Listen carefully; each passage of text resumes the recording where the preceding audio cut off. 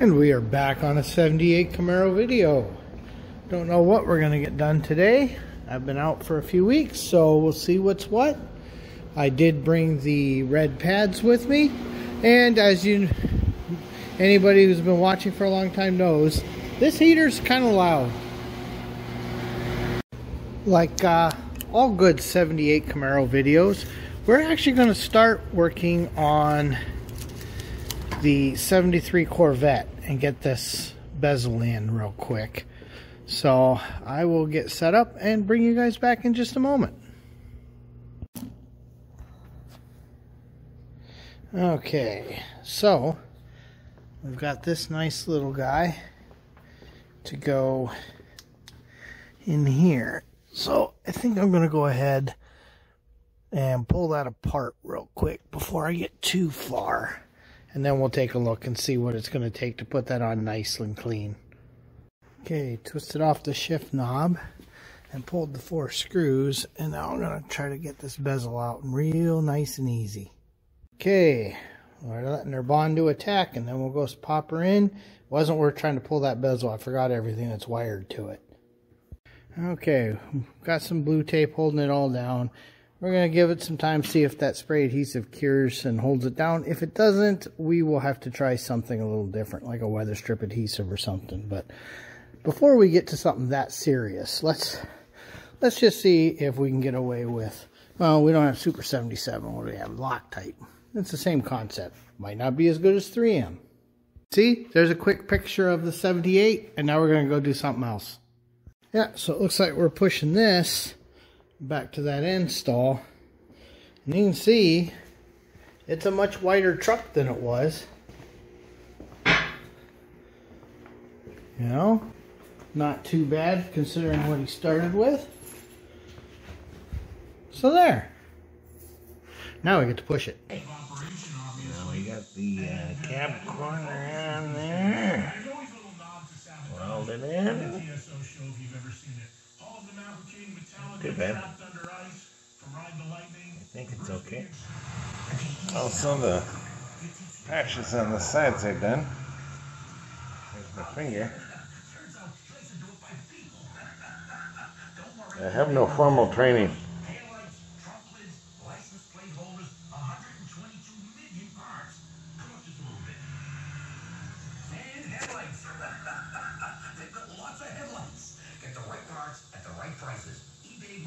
There. Truck's over here now. And because every car guy is really a 5-year-old, we have to have another toy. So that was the thing he wanted me to help, is get this off this trailer. That is surprisingly kind of heavy. So he's going to have to replace that power cord. It was cut and damaged in shipment, but looks like everything's in here. Somebody's changed the power supply at some point in time, so they got one just laying in there.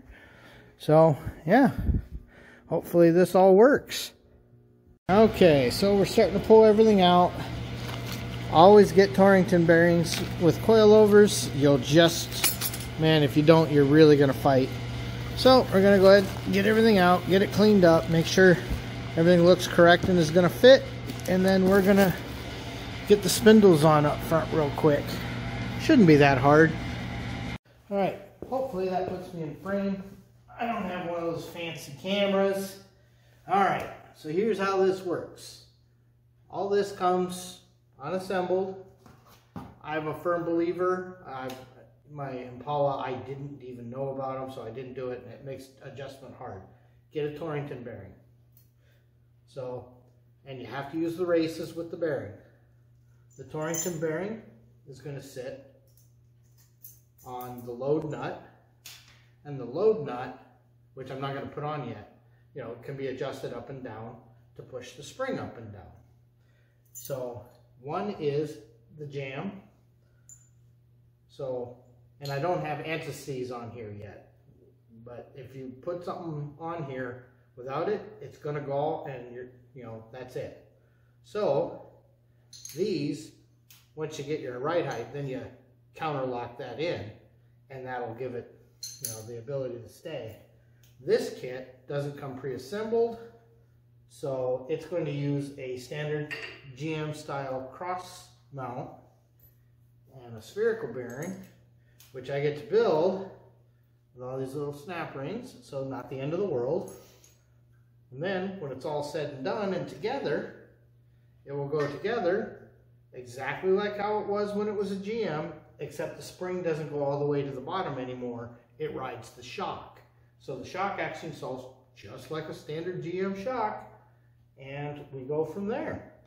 So hopefully that kind of shows what I'm about to do. So I'll bring you back when we have one built. We did just take a minute to verify that we had more than enough travel. So with the shock fully extended and up in its point, there was way more travel down than the length of the spindle. So we're not going to bottom the shock out or hyperextend the shock. That's important to know. You know, we don't want to break stuff. Do not forget to cover everything in anti-seize before you turn these down. We'll get those turned all the way down into this range. We'll slide the bearing on, slide the spring on, get the little Hujima here, get that up, kind of hang it, and then we'll get the spindle on. Shouldn't be too bad. Okay, so we've got her started. So you can see this is all pretty accessible. She's sitting on the Torrington. She's in the pocket, nice. You know, you can feel in here. So we'll be playing with that, and she's on there. So I'm going to pull it down one more time, make sure I've got everything lubed that I want, and then we're going to jack it up into there, put the shock on top, hang a spindle. It's going to work perfect. Okay, well, wasn't as fun as we'd hoped, but we got her in there. Getting her indexed in there and in this hole when they're at that angle, yeah, it's a bit of a fight, but with a little bit of percussive force, we got it. So we're going to go ahead and hang the spindle, bring the A-arm on, hang that side, and we'll go from there. All right, he's going to look up torque specs on these guys. And while he's doing that, I'll get prepped for that side. Maybe we'll do a chipmunk mode on that side. I don't know yet. All right, this is probably going to be chipmunk mode right now.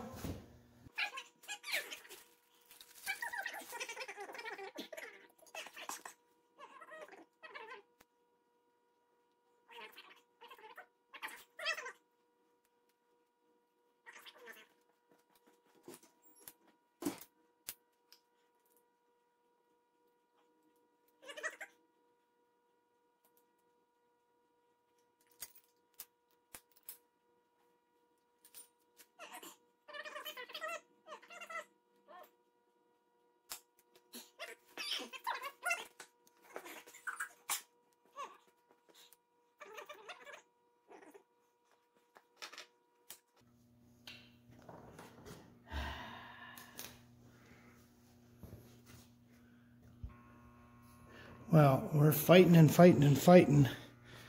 We broke all the little guys, so I just spent a bunch of time filing down a bigger set to fit. So I got one on. We'll be back. All the little ones broke. Okay. We are going to try something different on this side to see if it makes it easier or harder while we're experimenting. But for starters, no matter what, I gotta goop this guy up and put those guys on there. Ah, the acid brush broke. Great, the tin man I am. Yep, that sucks.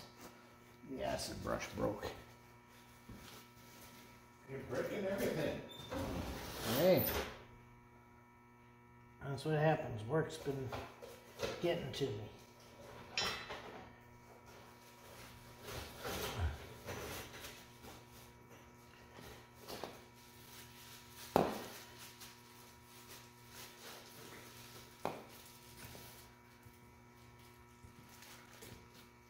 I wonder why they call them acid brushes. Because you use them for applying various acids.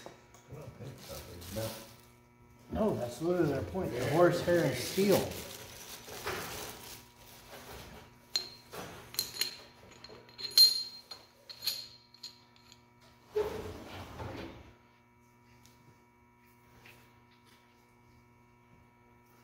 Bump up.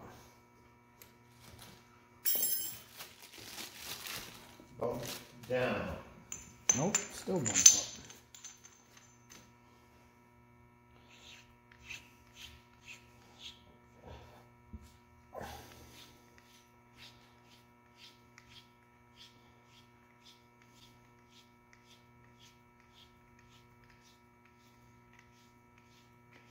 You'll note it's leaving a nice clear patch of the nasty stuff.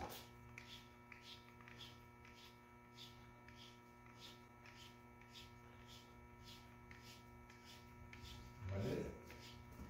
Oh yeah, this is doing a good job of running that stuff down.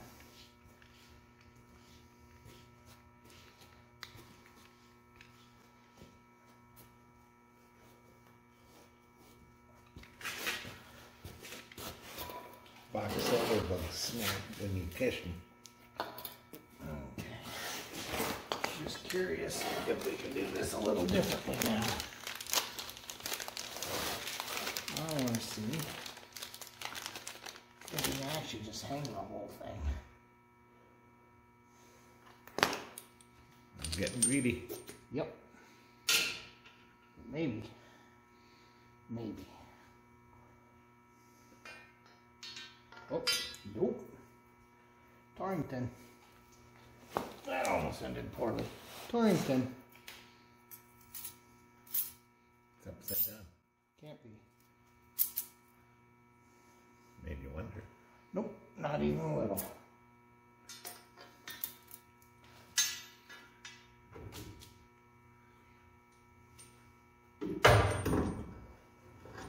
Want me to hold that? No, I want you to hand me the nut for this one. No, not the jam nut, other one. This one. Oh, they're different? Yep, jam nuts are always a lot smaller. Uh-huh. Okay, so we got that hung. And that's just sitting there. Can I get enough maneuvering in here to do what I want? Nope. Nope. Okay. Worth a try.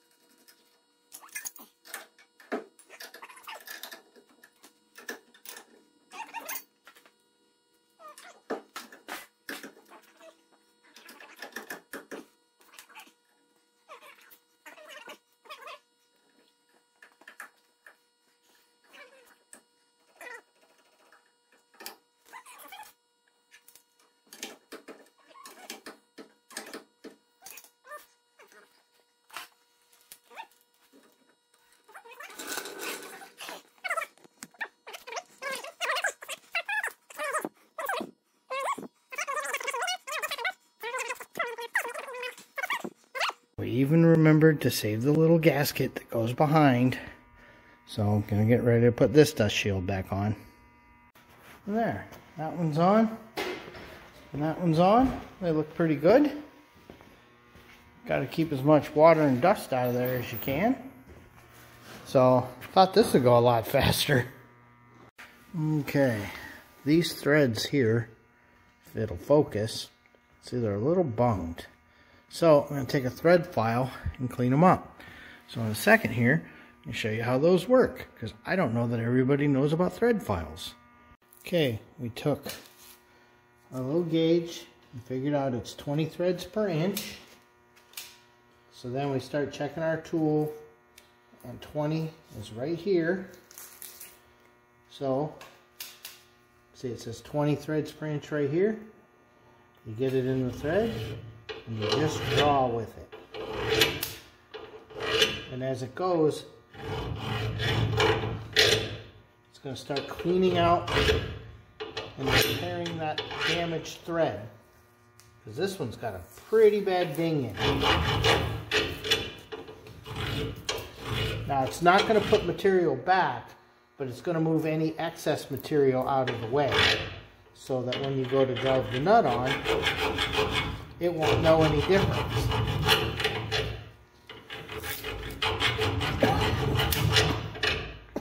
So see right here, hear the difference right here? That's biting in, biting, skating right here. So that's where I got to work.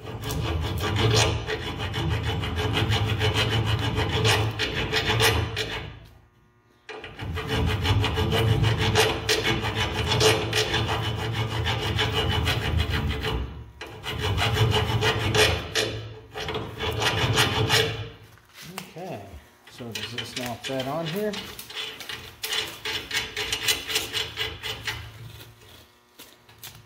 Right to there. So that's still a little bit more to do down here. Just right there. So remember, don't lose your number.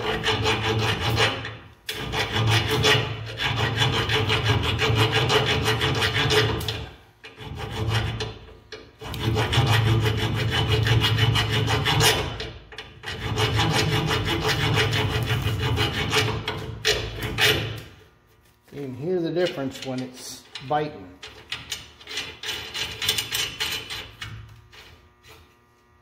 Yeah, turns the whole way down now. So that was just a couple minutes. Actually, it took longer to find them because you never use them very often. A couple minutes with the tool, and now that'll thread on, and now we won't think we have our preload. This will now just slide in nice, and we will. He's cleaning up his cheap tape off those surfaces. I just size of the bearings. In fact, it didn't fit either spindle, so we took a little piece of emery and ever so lightly polished over. I mean, not much. I mean, a couple swipes each, and now it just slides on. That's all you want. So, old things get a little roughed up. So now I'm going to pack a few bearings while he's doing that.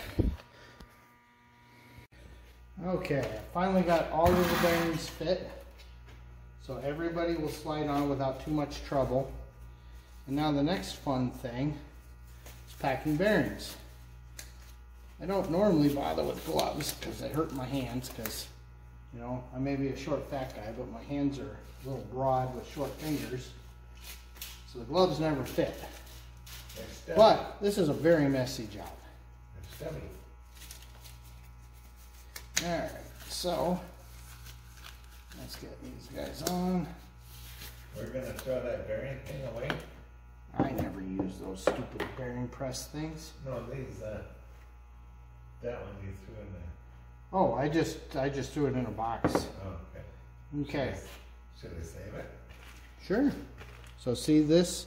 You're going to take, work the grease in. See, what you want is to pack so much grease along that needle that it comes out the top of that cage. Take some time. You'll go around 3 or 4 times. Just keep working it in. Like I said, I normally do this just bare hands, but it does make kind of a mess, and my wife asked me not to do that tonight. She literally said don't get greasy. So now I'm out here greasing bearings because, you know, that's how that goes. So see, we're slowly packing that in and you can start seeing it coming. I hope you guys can see. It's about halfway through that bearing already. So see how it's coming out the top now? And there's tools for this, but honestly, by the time you've got them working, you could have already had these packed. So, we'll take another gallop. And remember, wheel bearing grease only. Don't use something else. So, we'll just keep. And then as I'm packing, I'm kind of slowly pushing this way to move the cage. So, just keep centering the grease, keep bringing it in.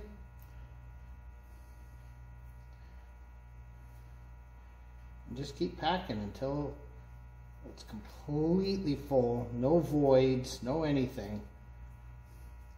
All the weight of the car rides on these bearings on the front there. They're actually quite critical. And at least these old ones, you can just replace the bearings real easy. I mean, what is it, 20 bucks or something in an afternoon. Modern ones with the sealed hubs, which, to be fair, do last longer and they're nicer and there's all kinds of advantages to them, but they're a lot more expensive to replace. So this is like an A2 size and this is like an A6 size in the old charts. I don't know what they are now, but I know some of our bearings from Napa today are SKF and the rest are from the FAG line. So my preference, whenever possible, is SKF or Timken, but the FAG line is not a terrible product and it will work just fine. Now you'll notice we're using a lot more grease on this bearing. It's bigger. It's literally that easy. So once we have all of these guys packed, you can see it's starting to come out the top now. There, so that one's packed. We've got one more to do. Then we'll put a little grease on the spindles. We'll put a little grease inside the cavity and make sure the races are good and greased up. We'll pop the rears in, pop their dust seals on, slide them on, slide the outer bearing in, keyed washer, the nut, start setting our preload. Once we get that to where we want it, then you throw your cotter pin on there and off you go. Everybody's got their own way they like to do it. I'm not sure there's a right or a wrong way. There's a lot of ways where you're either going to get a little slop and some bearing noise and things don't last as long, or things are going to be too tight and things get hot and don't last as long. But honestly, I'm not sure there's an easy way to prove which way is the best way. The factory methods are, they don't really specify a lot. So, at this point, I'm going to turn you guys off for a minute and I'm going to go grease those spindles. I don't know how I'm turning you off, probably back of my thumb. Okay, so we've got the races both filled in, real nice. And then the next thing we want to do, make sure you got any excess wiped out here, is both of your dust seals. Now he's grabbing the seal driver and that little mallet that we had earlier. So just figure out which size fits. That'll fit pretty nice.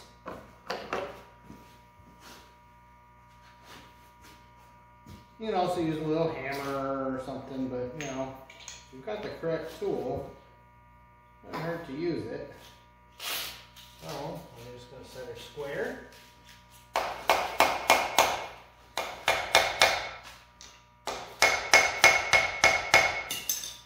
See, she's starting to go down.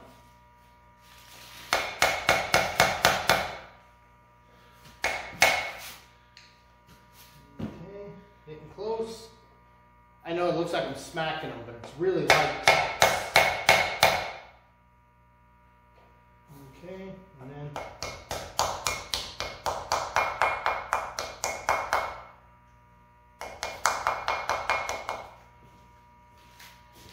okay, and then we go to the other one. Now get everybody back up.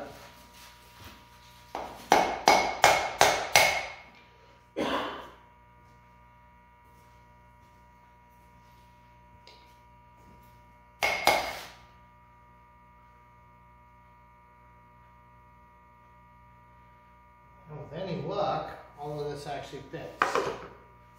So we're going to take our rotor. I'm going to very gently slide her on here. Okay. Then I'm going to go get my outer bearing.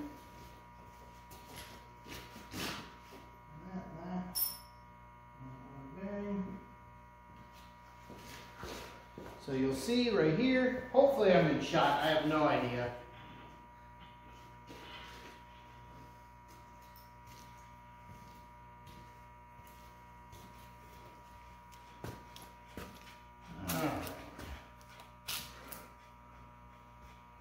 Okay, here, pointing at that one, I'm going to hang this one too. Okay, so I've got the other one started. See, we've got her all packed and ready. Slide her on. See, she sat on there nice. Let me go get my bearing.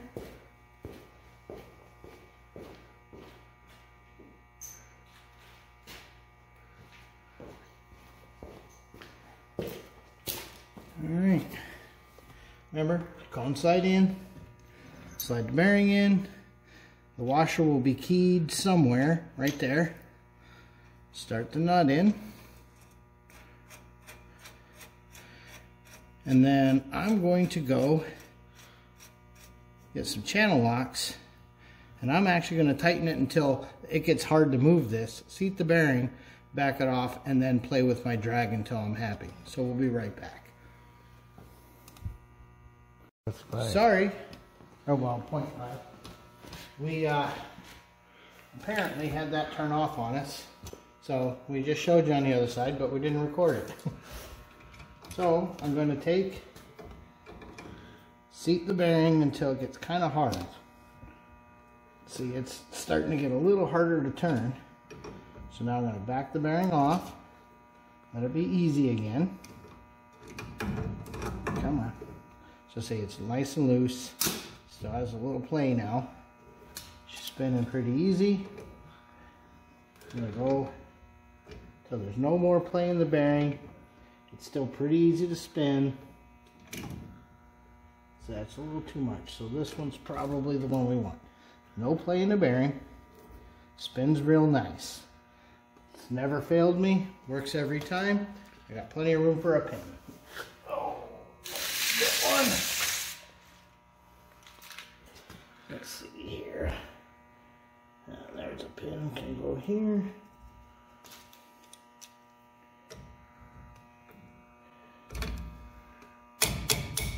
Remember, every tool has a hammer side. Okay. I always just throw just that little extra bit of grease in there.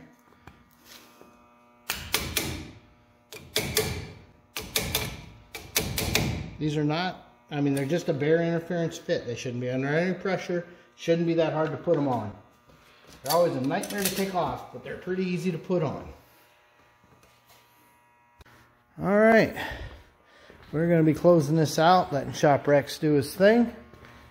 Like always, you always hope you're going to get a million things done, but whew, this kept us pretty busy. So, I'm pretty happy. They could have gone in easier, but honestly, that could have been so much worse. And then these are easier than quite a few that I've seen for getting at the adjustments. I'm pretty happy with that. I think that's going to be not too bad on this car. So yeah, this is looking pretty cool. Hey Harlan, what do we say? Evening. Okay. This has been another ShopRex approved video. Thanks for watching.